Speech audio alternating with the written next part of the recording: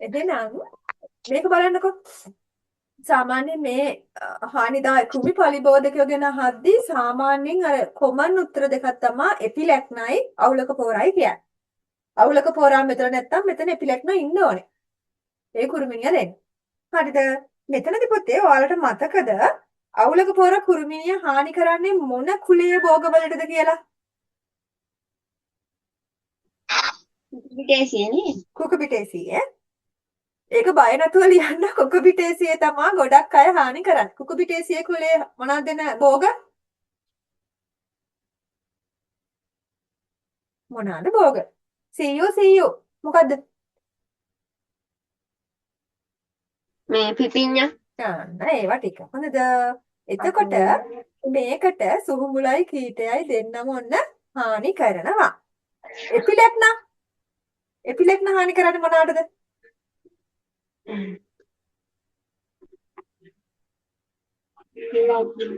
එපිලෙක්න හානි කරන්නේ මොනවටද?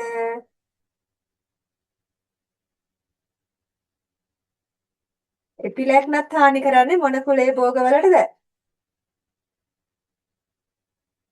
කුකබිටේසියේම තමයි යන්නේ.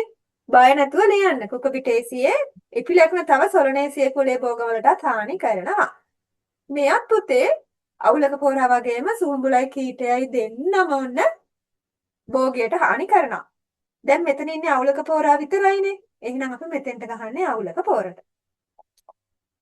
හරිද? හරි. එහෙනම් මට ඊළඟ 20ට උත්තරේ කියන්න. ශේෂ්ත්‍රයේ මැලවීමට ලක් වූ තක්කලි ශාකයක කඳ කපා ජලබඳුනකට දැමුව විට කැපුම් පෘෂ්ඨයෙන් උකු තරලයක් වැස්සෙනවලු. මොකද්ද? බැක්ටීරියා. මොකද්ද ලෙඩේ? මේ හිටු මැරීම. හිටුමැරීම. හිටුමැරීමේ රෝග ලක්ෂණ කියන්නේ? ජලයට දාපුවාම කපලා දියරයක් වැස්සෙනවා. ගඳයිනේ. ඔව් මේක හරි ගඳයි. බැක්ටීරියානේ.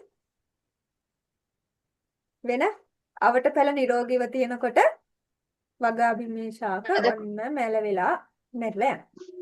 අපි මොනවද කරන්න ඕනේ හිටු මැරීමට? අර සාමාන්‍යයෙන් කොමන් උත්තරයක් තියෙන්නේ. මොකක්ද? හැම දෙයකම ලියන්න පුළුවන් උත්තරයක් තියෙනවා. මොකක්ද? ප්‍රතිරෝධී ප්‍රභේද වගා කිරීම. ඕන ප්‍රශ්නයකට මේ වගේ ප්‍රශ්නයක් ආවොත් කෘමි පලිබෝධ හරි මේ අර රෝග හරි ලියන්න. මොකද්ද? ප්‍රතිරෝධී ප්‍රභේද වගා කිරීම. රෝගී ශාක වගා බිමෙන් නිවත් කිරීම. ඕනික සාමාන්‍ය උත්තර. ඕන දෙයකට හරියනවා. හරිද? ඔව්. 21ට උත්තරේ කියන්නේ මේකත් 10 වසරේ. 21. අපි මේක කෙරුවේ ඔන්ලයින් වලින්මයි කෙරුවේ 21ට උත්තරේ. B භෝගයේ පීදීමේ අවස්ථාවේ ඉඳන් කරල් මේරීමේ අවස්ථාව සඳහා ගත වෙන කාලය. 21ට උත්තරේ කියන්නේ 30යි. 30යි 22. ශ්‍රී ලංකාවේ දෙමුහුම් අභිජනනයෙන් නිපදවා ඇති ප්‍රභේද නම් කිරීමේදී ප්‍රභේදයේ වයසද සැලකිල්ලටගෙන ඇත. BW කියන්නේ මොකද්ද පුතේ? බත්තලේ ගොඩනේ ආනේ. BW බෝම්බු වෙල. බෝම්බු වෙල. මොකක්ද ඒක උත්තරේ? මේවා තින් සාමාන්‍ය දැනීමේ. මේක දෙවෙනි උත්තරේ. දෙවෙනි. අපි 22නේ ගියේ 23ට මට උත්තරේ කියන්න. බීජ ප්‍රරෝහණය සඳහා අත්‍යවශ්‍ය සාධක මොනවද? ඔක්සිජන් හා ජලය. හා ඔක්සිජන් හා ජලය. ඔක්සිජන් හා ජලය. ඒක තමයි උත්තරේ. 24. 24. මේකත් අපි කෙරුවා මට මතක විදිහට. මතක විදිහට නෙමෙයි අපි කෙරුවා. හතරවෙනි එක. හතරවෙනි එකට නිවැරදි උත්තරේ මොකද්ද? 24ට උත්තරේ හතරවෙනි එක. එක උත්තරේ හොඳද? එක හරි. 25. පැලුම් රිකිරි බද්ධය සිදු කිරීමෙන් පසුව අනුජය පොලිතින් කවරයකින් වහන්නේ ඇයි අපි? ජලය ඇතුළින් වැළැක්වීම. ජලය ඇතුළේ වෙන්න වළක්වන්න අපි මොනවද කරන්නේ? නෑ නෑ නෑ. උත්සේදනය වීම වැළැක්වීම. උත්සේදනය අයිය අපි වහන්නේ අර කොළ ටිකනේ. එතකොට යන්නේ නැහැ උඩට. මට කියන්න වතුර යන එක වැස්ස දිහම ආරක්ෂා වෙන්න අපි මොනවද කරන්නේ? කොහොමද කරන්නේ ඒක? ටේප් එක පොලිතින් බඳින්නේ මේ ටේප් එක බඳින්නේ කොහේ ඉඳන් කොහාටද? උඩ ඉඳන් පල්ලෙහාට. අන්න හරි. හොඳද? ඒක තමයි. 26 මුල් කැබලි මගින් ප්‍රචාරණය කළ හැකි භෝග වර්ග මොනවද? මුල් කැබලි වලින් පළවෙනි එක තමයි හිටවන්නේ නෑ. මේ උත්තර දෙකම අකබාන බලන්න. උත්තර දෙකම අකබාන විගෝණිය දෙනවා මම ඇත්තමයි. මොකද්ද උත්තරේ? හරපිංච දෙල් මෙතන මට කියන්න බතල හා මඤ්ඤොක්කා බතල හිටවන්න අපි මොනවාගෙන්ද? දඬු දඬු. දඬු මඤ්ඤොක්කා දඬු දී දඬු මුකුණු වෙන්න කංකු. ඒවට දඬුනේ අක්කපාන බිගෝනියා ඒවා මේ අක්කපාන කොළ බිගෝනියා කොළ කොළ. ඉන්නේ එහෙනම් උත්තරේ අන්තිම එක මේක. කරපිංචයි දෙලුයි යන්නේ මුල් වලින්. ඔයාලා දැකලා තියෙනවද? කරපිංච අක්‍ර ගහක් කරපිංච ගහක් යට කරපිංච පැල කොච්චර තියෙනවද කියලා. පොඩ්ඩක් නිකමට ගිහිල්ලා ওই චූටි පැලයක් 10ක ගලවන්නකෝ. වැඩි තියෙනවානේ ඔව්. ඔය පුංචි පැලයක් ගලවන්නකෝ කැවිත් තියෙන මහ ලොකු ගහේ මුලකින්. මුලත් එක්ක තමයි එන්නේ. 27 බලන්න. මං මේක කිව්වේ මේ මං හතරවෙනි එක කියලා මේකත් මම නිතරම ඔයාලකින් අහන ප්‍රශ්නයක්. නිර්පාංශු ඇල්බර්ට් අගමැති මිශ්‍රණය. අන්න හරි ඈ. මේකට එන්නේ ඇල්බර්ට් මිශ්‍රණය. මේකත් 10 වසරේ පාඩම. මේ ඔක්කොම 10 වසරේ ඈ. මෙච්චර වෙලා අහපු සේරම 10 වසරේ. 28 ගොවිපලක එක් එතකොට නිෂ්පාදනය 1 2 3 4 ඒවත් මේ 10 වසරේ පළවෙනි පාඩම්. 28 ගොවිපලක එක් නිෂ්පාදනය සමන්විත මල් අතුරු ඵල තවත් නිෂ්පාදනයකක අමුද්‍රව්‍ය ලෙස යොදා ගනිමින් එකම භූමියක් තුළ භෝග වගාව සත්ත්ව පාලනයේ බල ශක්තිය. සේරම එක තැන මොනවද කරන්නේ? තේන් සමෝදානික ගොවිතැන ගොවිතැන. සමෝදානික හොඳද පුතේ? හේන් ගොවිතැනය කරන්නේ අපි එළවලු ටික දාන එක විතරයි. හැබැයි මේ සමෝදානිත එකේ කොටසක තියෙනවා මාළු දාලා තියෙනවා වැවක් හදලා තව තැනක කුකුළු පාලනයක් දාලා තියෙනවා. ඔන්න ඊට පස්සේ හදලා තියෙනවා ජීව වායු හදන එකක්. ඔය සේරම එකම තැනක වෙනවා. 29 පසු අස්වනු තාක්ෂණේ ඔන්න යාන්තම් 11 වසරට ගියා. හැබැයි 10 වසරටත් මේක අමාරු නෑ. පසු අස්වනු තාක්ෂණයේ ප්‍රධාන අරමුණු මොකක්ද?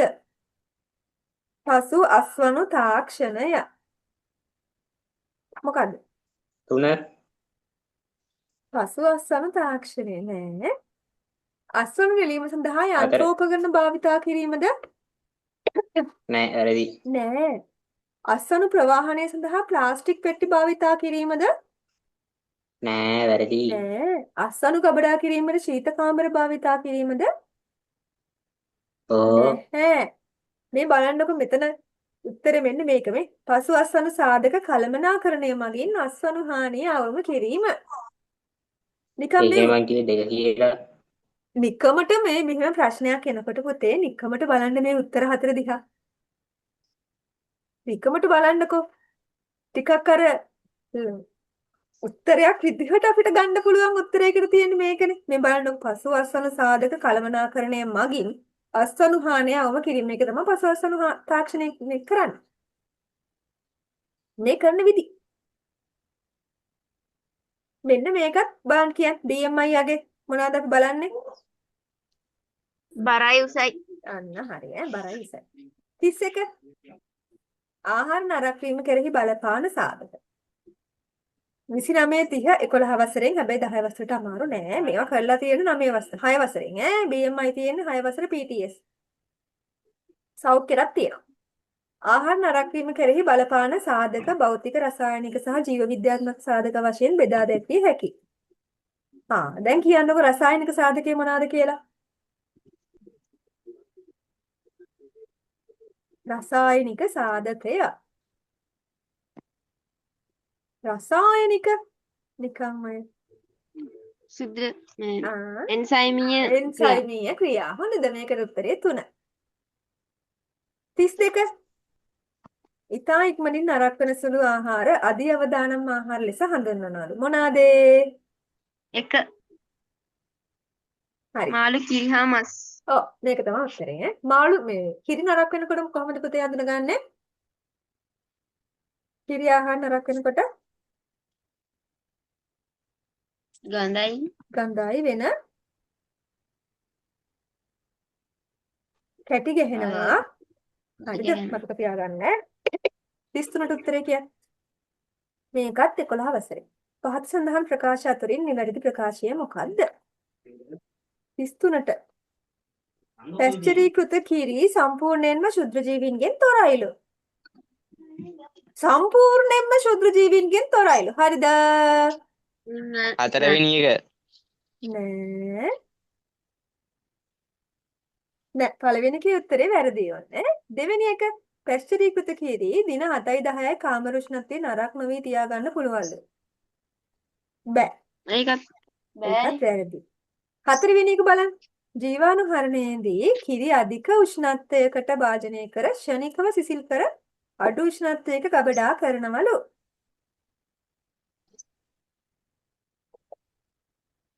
හරිද?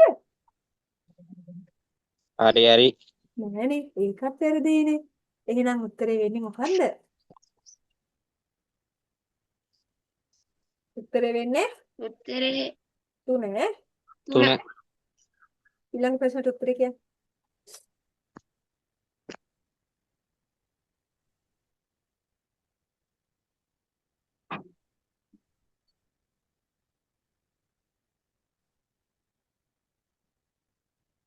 මේ අහන්නකෝ. කිරි ආහාර මේ මොකෙන් අපි කල් තියාගත්තොත්ද ආහාරයේ තියෙන සේරම ශුද්‍ර ජීවීන් විනාශ වෙන්නේ? ආහාරයේ ඉන්න සේරම ශුද්‍ර ජීවීන් විනාශ කරන්න පුළුවන් කොහොමද? පැස්චරි කරන්නේ නෑ මේ ජීවාණු ජීවාණුහරණය. හොඳද? කිරි ලබා ගැනීම සඳහා මේකත් මං අහන ප්‍රශ්නේ යන්නේ මොකද්ද උත්තරේ? ඉන්දිය ගව වැඩිපුරම කිරි දෙන හරකා කවුද? මේකේ උත්තරේ මේ ප්‍රශ්නේ මේ අහන්නේ. වැඩිපුරම කිරි දෙන හරකා කවුද? මීහරක බෑ 10 වසරට බෑ තාම. මට 11න් උත්තරේ ඕනේ. Christian Christian. හා එහෙනම් දැන් මේ ඉන්දිය ගව වර්ගය මොකක්ද? සින්දි සින්දි. සින්දි 35. වසංගත රෝගයක් කියන්නේ මොකද්ද? මේක ප්‍රශ්නේම තියෙන උත්තරේ. වසංගත රෝගයක් කියන්නේ මොකද්ද? හරි. බුරුළු ප්‍රදාහය හරි ඉක්මනට යනවා පුතේ. වෛරස් රෝග. එකපාර යනවා. කඩාගෙන යනවා. හරියට කොවිඩ් වගේ වසංගතයක්. ඒක අපිට පාලනය කරන්න හරි අමාරුයි. මොකද 35ට උත්තරේ? බුරුළු ප්‍රදාහය නෑ. කිරි උණනේ කිනි නෑ. කිනිතුළු උන නෑ. දෙක. ගව රක්තාශ්‍රය. මේ පොඩ්ඩක් මේක බලන්න කිරි උණ හැදෙන්නේ කොහමද? දන්නේ 11ට 10ට බෑ. 11 දැනගන්න ඕනේ. 11ට මම පින්තූරත් එක්කම තමයි මේවා කෙරුවේ. අර මම පෙන්නුවේ හරකෙක් පැත්ත වැටිලා ඉන්නවා. මතකද? කිරි උණ ඇති වෙන්නේ මොකක් හින්දාද? කැල්සියම් ඌනතාවයේ හින්දා. හරිද? මේක වසංගතයක් නෙමෙයි පුතේ. අපිට කැල්සියම් ටික දුන්නයින් පස්සේ ඔන්න සතාව ගොඩ දා ගන්න පුළුවනි. හොඳ ආහාර වේලක් දුන්නයින් පස්සේ. බුරුළු ප්‍රදාහය කියන්නේ මොකද්ද? බුරුළු ප්‍රදාහය ඇති වෙන රෝගකාරකයා කවුද? Bacteria bacteria. මට කියන්න රෝග ලක්ෂණ ටික. මතක නැද්ද? 11 කිරි බුරුල්ල කිරි සමග ලේ මිශ්‍ර වෙලා කිරි සමග ලේ මිශ්‍ර වෙනවා. කිරි බුරුල්ල ඉදිමෙලා රතු පාට වෙනවා. වෙන කිරි නිෂ්පාදනය අඩු වෙනවා. කිරි කැටි ගැහෙනවා. ඔන්න ඔය ටික. එතකොට අනිත් බුරුළු තල් පුතේ අනේ මට ඇහෙන්නේ නැහැ. මේ කුරහා මුඛ රෝගේ පුතේ වසංගත රෝගය. ගව රක්තාශ්‍රය තමයි මේකට උත්තරේ ඈ. ගව දෙනෙකුගේ මද චක්‍රය කීයද? 36ට උත්තරේ කියන්නේ කවුද මේ චිත්‍ර අඳින්නේ පේපර් එකේ? මට කියන්න ගව දෙනෙකුගේ මද චක්‍රය 36ට උත්තරේ දවස් කීයද මද චක්‍රේ? 21යි. 21යි නේ. 21යි. දවස් 21යි. මට කියන්න මද කිපුණු ගවයෙක්ගේ ලක්ෂණ. පිරි ගවයෙක් මදේට නිතර නිතර කෑ ගහනවා. අන්න හරි නිතර නිතර කෑ ගහනවා. ඔය බන්ධන ලිහිවීම. හ්ම්. නොසන්සුන් නේද? නොසන්සුන්. ආහාර ගැනීම අඩුවීම. ආහාර ගැනීම අඩුවීම. ඔයාලා හොඳයි ඈ. පාඩම් කරලා ඉස්සරහටත් කොහොමම යන්න ඕනේ ඈ. හා. අර ඒක අපේ හරකාගේ කොන්දට අත තිබ්බහම එයා සංසුන්. ඒත් එක්කම එයා ඕන සතෙක්ට කරේ නගින්න දෙනවා. ලස්සනට ලියන්න ඕනේ ඔය. හරි. ඊට පස්සේ 37 සත්තුන්ට ලබා දෙන ආහාරවල අඩංගු වූ යුතු ප්‍රධාන පෝෂක අතුරින් සතුන්ගේ වර්ධනයට මොනවාද ඕන වෙන්නේ? ප්‍රෝටීන්. අන්න හරි ප්‍රෝටීන් නේ. වර්ධනයට ප්‍රෝටීන්. සත්ව ආහාර සලාක පිළියෙල කිරීමේදී ප්‍රෝටීන් ලබා දෙන්න අපි මොනවාද දාන්නේ? පුන්නක්කු. අන්න හරි. පොල් පුන්නක්කු. ඔයාලා හොඳටම හොඳයි ඈ. හොඳට පාඩම් කරලා තියෙනවා. 39 සත්ව ආහාර, දල ආහාර, සාන්ද්‍ර ආහාර ලෙස ප්‍රධාන වර්ග දෙකකට බෙදන්න පුළුවන්. ගවයින්ට දෙන්න පුළුවන් සාන්ද්‍ර ආහාරය මොනවාද? ජලයේ මිශ්‍ර ඇති බවය. 39ට උත්තරේ 4. 4 උත්තරේ. මොනද? පුන්නක්කු. 4 උත්තරේ කියන්නේ මේක මං මතකද ඔයාලගෙන් ගිය පාර ඉස්කෝලේ පන්ති තිබ්බ දවසේ හැව්වා. ජලය මිශ්‍ර වෙලා ඇති. අන්න හරිනේ. දැන් මට කියන්නකෝ ඔය උත්තර ලියපු කට්ටිය උත්තර කී හරිද අපේ කියලා.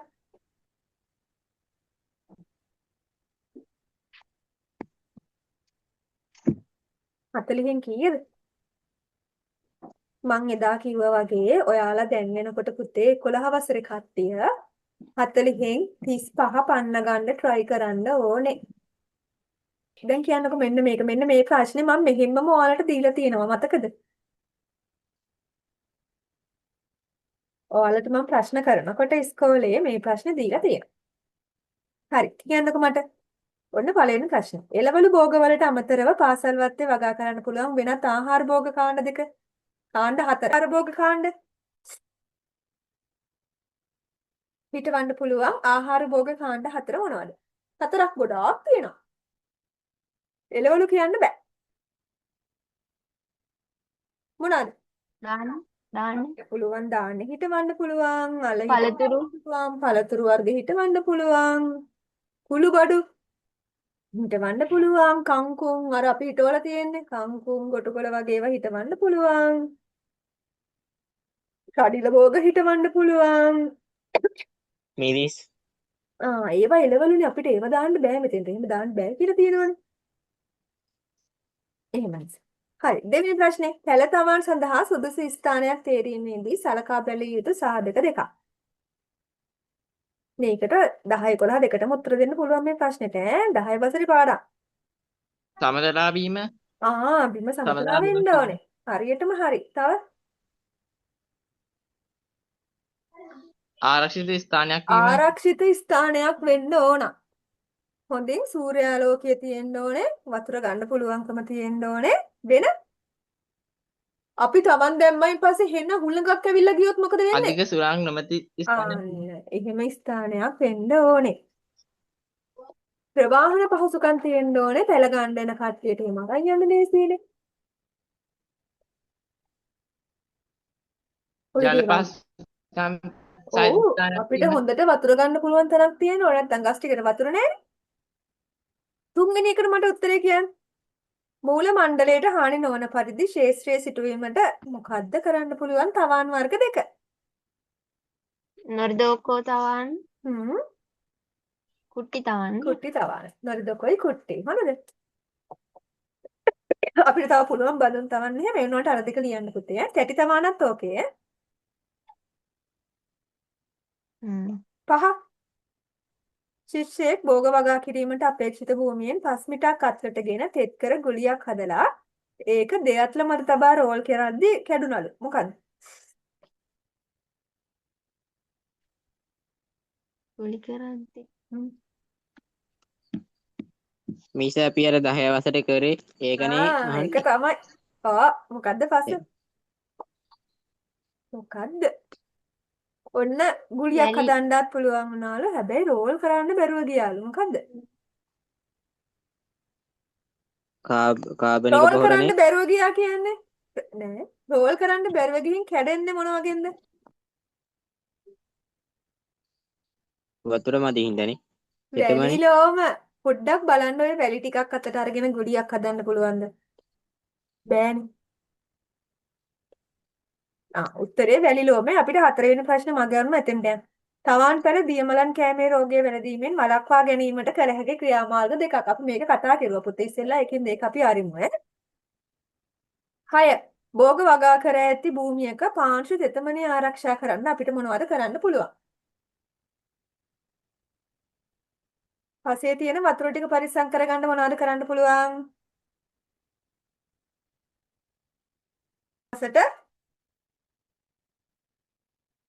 පසට වසුන් දාන්න පුළුවන්.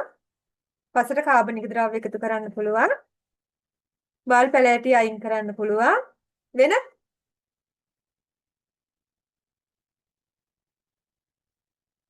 ආවරණ භෝග වගා කරන්න පුළුවන්. ඔතනින් දෙකවල් මම පේනවා. උපරිම දෙකක් නැත්තම් තුනක් තමයි අහන්නේ. 7 වෙනි ප්‍රශ්නෙට උත්තරේ කියන්න. භූගත කඳන් සහිත වල් පැලෑටි වන කලාඳුරු ඇටවරා පාසල් භූමියෙන් බහුලව වැවී තිබුණි. මොකද්ද අපි රසායනික නොවන ක්‍රම දෙකක් කියන්නේ? තනකොළ ගලවන්න තම උත්තරේ. අතින් උදුරා දැමීම උදුළු ගෑම. අන්න හරි ඈ. ඕක. අතින් ගලවලා දාන එක යඹුරට පස් පෙරලෙනවා එහෙම නැත්නම් උදුළු ගානවා. පසට වසුන් දානවා. ඊට පස්සේ කියන්නකො මට ඊළඟට උත්තරේ. 8. පාසල් භූමියක එක් රැස් වෙන කාබනික අපද්‍රව්‍ය ප්‍රයෝජනවත් ලෙස භාවිතා කළ හැකි ආකාර දෙකක්. කාබනික ද්‍රව්‍ය වලට අපිට මොනවද කරන්න පුළුවන්? ඒ කියන්නේ ගස් වලින් වැටෙන කොම්පෝස්ට්. කොළ කොම්පෝස්ට් හදන්න දාන්න පුළුවන්. තව ජීව වායුව නිපදවන්න. අන්න හරි. අපිට ඊට අමතරව ගස් වලට ලං කරලා පුතේ වසුන් විදිහට දාන්න පුළුවන්. හරි. තව පොල් ගස් වලට කාබනික පොහොර වසුන් විදිහට ජීව වායු නිෂ්පාදනයේට ඔන්න ඔය ක්‍රම තුන තමයි තියෙන්නේ. ඊළඟ එක මට කියන්නකෝ උත්තරේ. 9 වෙනි ප්‍රශ්නෙට උත්තරේ මෙම පාසල් ගෙවැත්ත සමෝදානික ගොවිපළක් ලෙස සංවර්ධනය කිරීමට යෝජිත නම් ඊට ඇතුළත් කළ යුතු නව අංග දෙකක්. සමෝදානික ගෙවත්තක් කරනවා නම් අපිට මොනවද කරන්න පුළුවන්? අලුත් දේවල් වායු නිෂ්පාදනය එකක් හදන්න පුළුවන්. ජීව වායු නිෂ්පාදනය කරයක් හදන්න පුළුවන්. මත්ස්‍යයක කුකුල් පාලනය කියා. අන්න හරි. සත්ත්ව පාලනය කරයක් අපිට දාන්න පුළුවන්. ඒක අපිට කුකුල් පාලනයක් දාන්න පුළුවන්. මිරිදිය මාළු දාන්න පුළුවන්. හරකෙක් ගේන්න පුළුවන්. ඔන්න කරන්න පුළුවන්. ඔය ප්‍රශ්නේ මිස් ඇවිත් තිබ්බයි දාර. සෙමිනාර් තිබ්බනේ. එකේ. මේ ප්‍රශ්නේ මෙහෙකම ඇවිල්ලා තිබුණේ. මේකත් පුතේ විනාඩි 10කින් ඉවරයි. ආපහු විනාඩි 8ක් ඉන්න වෙනවා අපිට. හරි. හරි හරි මිස් අවුලන්නේ. 10 වෙනි ප්‍රශ්නෙට උත්තරේ කියන්න. සිසුන්ගේ ගෙවතු වල නිදැලි ක්‍රමයට සුළු ප්‍රමාණයෙන් කිකිලියන් නැති කිරීමෙන් ලැබෙන වාසිය. ඔන්න ඔයාලගේ ගෙදර දෙනවා ඔයාලා හැමෝටම ගම් කුකුල්ලු 5 දෙනා ගානේ. මොකද්ද ඔයාලට තියෙන වාසිය? ශ්‍රමයේ අඩුවීම අඩුවීම. ඔව් වෙන විතරම. ඔව් බිත්තර හම්බ විතර කටුව ගත්තා නිසා හම්සිනේ. නිදැලි ක්‍රමයට දැන් මේකෙන් අහන්නේ ඕන නිදැලි ක්‍රමයට කුකුල්ලු ඇති කරන එකේ වාසි. ශ්‍රමය වැයවීම අඩුයි, නිෂ්පාදන පිරිවැය අඩුයි. මොකද අපිට කැම දෙන්න ඕනේ නැහැ. උන් නිදැල්ල යනවනේ. ටිකක් දොරක් දෙන්න. තිබුණොත් නේ අපි දෙන්නේ. සතුන්ට ව්‍යායාම ලැබෙනවා. අඩු ප්‍රාග්ධනයකින් ආරම්භ කරන්න පුළුවන්. ඔන්න ඔය ටික අපිට දාන්න පුළුවන්. හරි. ඊට පස්සේ අපි යමුද දෙවෙනි ප්‍රශ්නෙට. භෝග වගාවේදී ඊට බලපාන කාලගුණික පාරාමිතීන් පිළිබඳ දැනුවත් වීම ඉතාමත්ම වැදගත්ලු. මෙතන තියෙන උපකරණ භාවිතා කරන්නේ මොකටද? මොකක් මයින්ඩද? මොකක්ද අපි මේකට කියන්නේ? 10 වෙනි වසරේ වර්ෂාපතන වර්ෂාපතනය මයින්ඩ. මොකක්ද අපි මේකට කියන්නේ? වර්ෂාමානී වර්ෂමානී මොන වර්ෂාමානයද?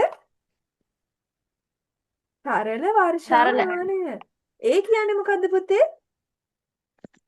මේ ඒ මෙතෙන්ට එන්න ඕන. මේක මොකද්ද? ඒ කුණීලය. කුණීලය උනීලේ කුණීලය. B අභ්‍යන්තර සිලින්ඩරය අන්න හරි. C මිනිම මිනිම සරාව සාරාව. අන්න හරි ඈ. දෙවෙනි ප්‍රශ්නට උත්තරේ කියන්න. අධික සාපේක්ෂ ආර්ද්‍රතාවය භෝග වගාවට ඇති කරන අහිතකර බලපෑම් කියන්න. මේ සුද්ධ ජීවීන්ගේ ආසාදන වැඩි කරනවා. හරි.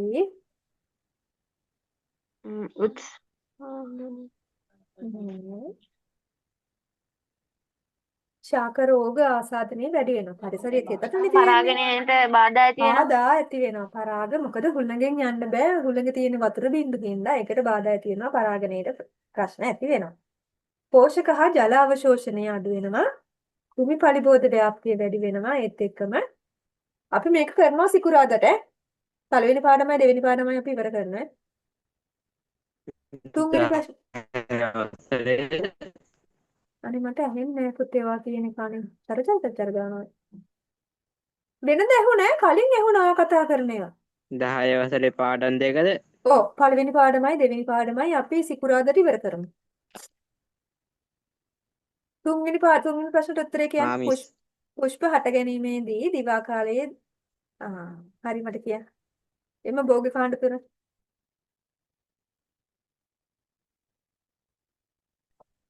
දිග දින කෙටි දින දින අනිත් එක දින උදාසීන මතකද? උදාසීන. උදාසීන. හරි ඊළඟ ප්‍රශ්නට උත්තරේ කියන්න. මට කියන්න දින උදාසීන ශාක. පුෂ්ප හටගන්න දිවා කාලයේ කිසිම බලපෑමක් නැහැ. දිග වුණත් පොඩි වුණත් අවුලක් නැහැ. මල් එනවා. මොනවාද?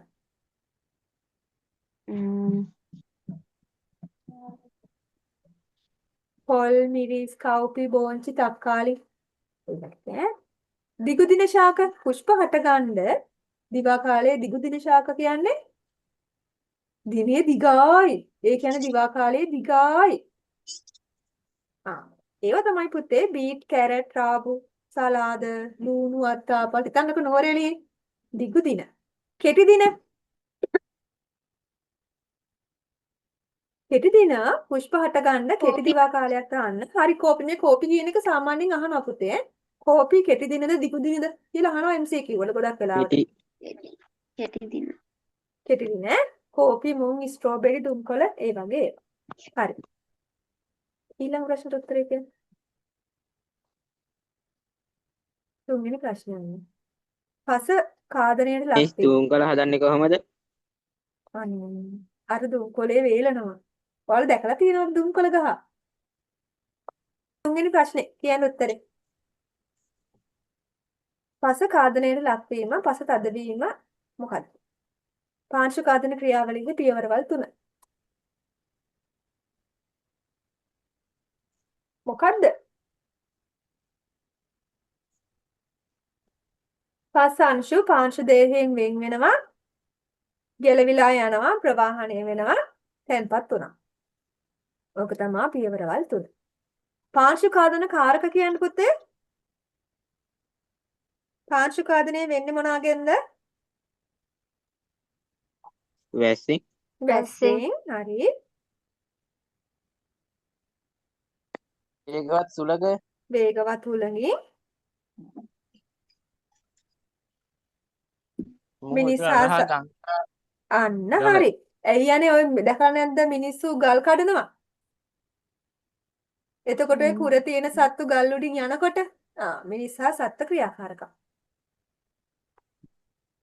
සී ප්‍රශ්නට උත්තරේ කියන්නේ පාංශු කාදනය නිසා භෝග වගාවට සිදුවන අහිතකර බලපෑම් දෙකක්. පාංශු කාදනය මොකද වෙන්නේ?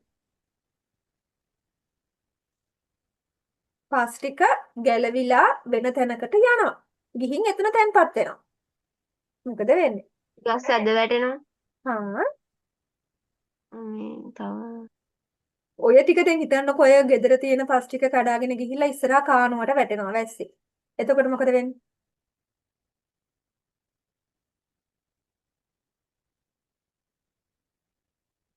ගංගා හා ජලාශ ගොඩ වෙනවා. මේ කාණු ගොඩ වෙනවා. එතකොට වතුර ටික පාරේ. ගංගා හා ජලය ගොඩ වෙනවා. ගස් හැද වැටෙනවා. පස් ටික ගංගා වගේ ජලාශ වල තැන්පත් වීම හින්දා ගම් වතුර ඇති වෙනවා. කෘෂිකාර්මික ඉඩම් වල වටිනාකම බිඳුවට බහිනවා. ජල සම්පාදනයට බාධා ඇති වෙනවා. නාය යෑම නැති වෙනවා. හරිද? හරිද?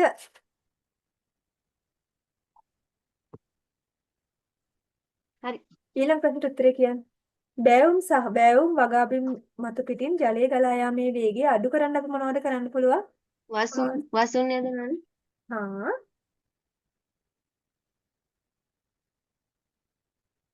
තන පිඩලිය අල්ලන්න පුළුවන්. හරිද? සමෝච්ච කාණු දාන්න පුළුවන්. පසට වසුන් දාන්න පුළුවන්. ආවරණ භෝග. සැවැන්දරා වැටි දැකලා තියෙනවද? තේ වතු වල අර හිටවල තියෙනවා. ඔයාලා ගිහින් තියෙනවද තේ වතු දැකලා තියෙනවද කියන්නකෝ? තේ වතු වල අයින තියෙනවා පුතේ සැවැන්දරා හිටවල. මම ෆොටෝ එකක් ඊළඟ පාරන් එන්නම්කෝ ඒ වගේ. ඒව දාන්න පුතේ පස ගැලවිලා යන එක නවත්තන්න. ඊට අමතරව හෙල්මලු දැකලා තියෙනවද? හෙල්මලු. පඩිපේලි වගේ උඩරට ප්‍රදේශවල වී වගා කරලා තියෙන්නේ. ඔන්න ඔයකෙන් තුනක් මතක තියාගන්න ඕනේ. හෙල්මලු සැකසීම, කාබනික ද්‍රව්‍ය පසට එකතු කිරීම, ආවරණ භෝග වගා කිරීම, තන පිඩලිය එල්ලීම, සමෝච්ච පස්සට දාන එක, සැවැන්දරා වැටි, පසට වසුන්. ඊළඟ ප්‍රශ්නට උත්තරේ කියන්න පුතේ. මේක පසර තදවීම නිසා භෝග වගාවට ඇතිවන අහිතකර බලපෑම් දෙකක්.